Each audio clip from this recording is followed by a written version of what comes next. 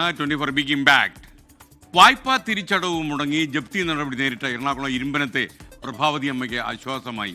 24 വാർത്തയാണ് ഇതിന് കാരണമായത്.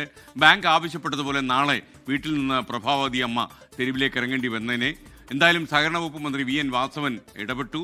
അദ്ദേഹത്തോട് സംസാരിച്ചത് വളരെ സ്നേഹത്തോടെയാണ് പറഞ്ഞത്. അത് ഒരിക്കലും നമ്മൾ അനുവദിക്കില്ല അങ്ങനെ ഒരു അമ്മ തെരുവിലേക്ക് ഇറങ്ങാൻ.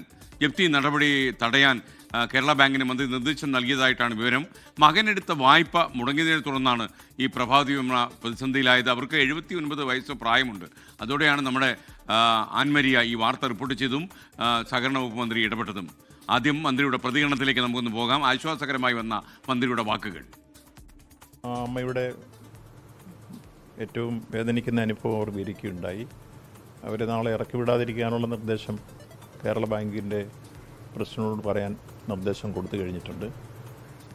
ഭാവിയിൽ എങ്ങനെയാണ് അവരെ സഹായിക്കാൻ പറ്റുക എന്നുള്ളവിടെ ആലോചിക്കാനും പറഞ്ഞിട്ടുണ്ട്.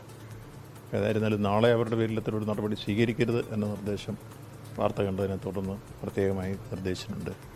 ഇതിപ്പോൾ കേരള ബാങ്ക് ആകുമ്പോൾ അതിനകത്ത് പ്രധാനമായിട്ട് സർഫാസി ആക്ട് അവർക്ക് ആപ്ലിക്കബിളാണ്. മകനാണ് ഈ വായ്പ എടുത്തിട്ടുള്ളത്. മകൻ ഈ അമ്മയെ ഉപേക്ഷിച്ച് പോവുകയും ചെയ്തു. അങ്ങനെയാണ് സാഹചര്യം. എന്നിരുന്നാലും അമ്മയെ വീട്ടിൽ നിറക്കി വിട്ട് ജപ്തി നടപടി സ്വീകരിക്കുന്നത് ശരിയല്ല എന്നുള്ള കാര്യം കേരള ബാങ്കുകാരോട് പറഞ്ഞിട്ടുണ്ട്. അവരതനുസരിച്ച് സഹായം ചെയ്യുമെന്ന കാര്യമാണ് പറയാനുള്ളത്. Thank you minister Shri V N. Vasavan. ഇപ്പോൾ ഇരുമ്പനത്തെ പ്രഭാതമ്മയുടെ കടപ്പാട്ട് വീട്ടിൽ നമ്മുടെ ആൻമരിയ സണ്ണിയുണ്ട്. ആൻമരിയ സണ്ണി കൂടി നമുക്കൊപ്പം ചേരുന്നു. ആൻമരിയ, പ്രൈം ടൈമിലേക്ക് സ്വാഗതം. ഈ അമ്മയോട് പറഞ്ഞോ വിവരങ്ങൾ? നാളെ ഇറങ്ങിപ്പോകേണ്ട ആവശ്യമൊന്നുമില്ല, മന്ത്രി ഉത്തരവ് നൽകിയിട്ടുണ്ട് എന്ന് പറഞ്ഞോ?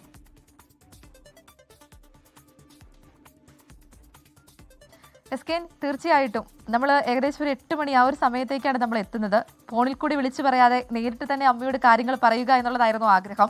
കാരണം ഇന്നലെ വൈകുന്നേരം ഏകദേശം ഈ സമയത്തിന് മുൻപായിട്ടാണ് നമ്മൾ ഇവിടേക്ക് എത്തുന്നത്. ഇവിടെ എത്തുമ്പോൾ നമ്മൾ കണ്ട കാഴ്ച അത് ഞെട്ടിക്കുന്നതാണ്.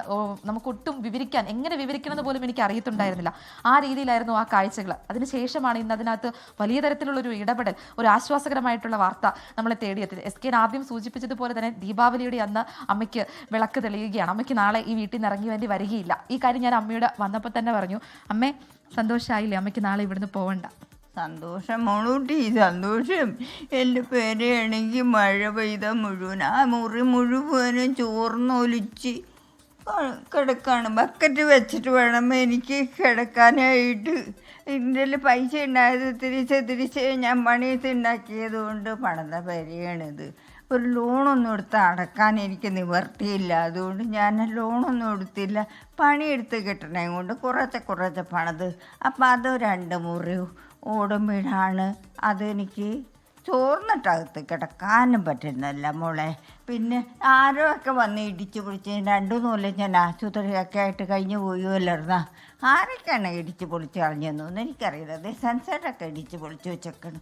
മഴ പെയ്ത് എങ്ങനെ ചോർന്ന് വെള്ളം ഒക്കെ ഇങ്ങനെ വീണിരിക്കുമ്പോൾ ചിമ്മിഴ അവിടെ നിന്ന് വെള്ളം വീണ് അത് അടുക്കളക്കൂടി ഒഴുകും.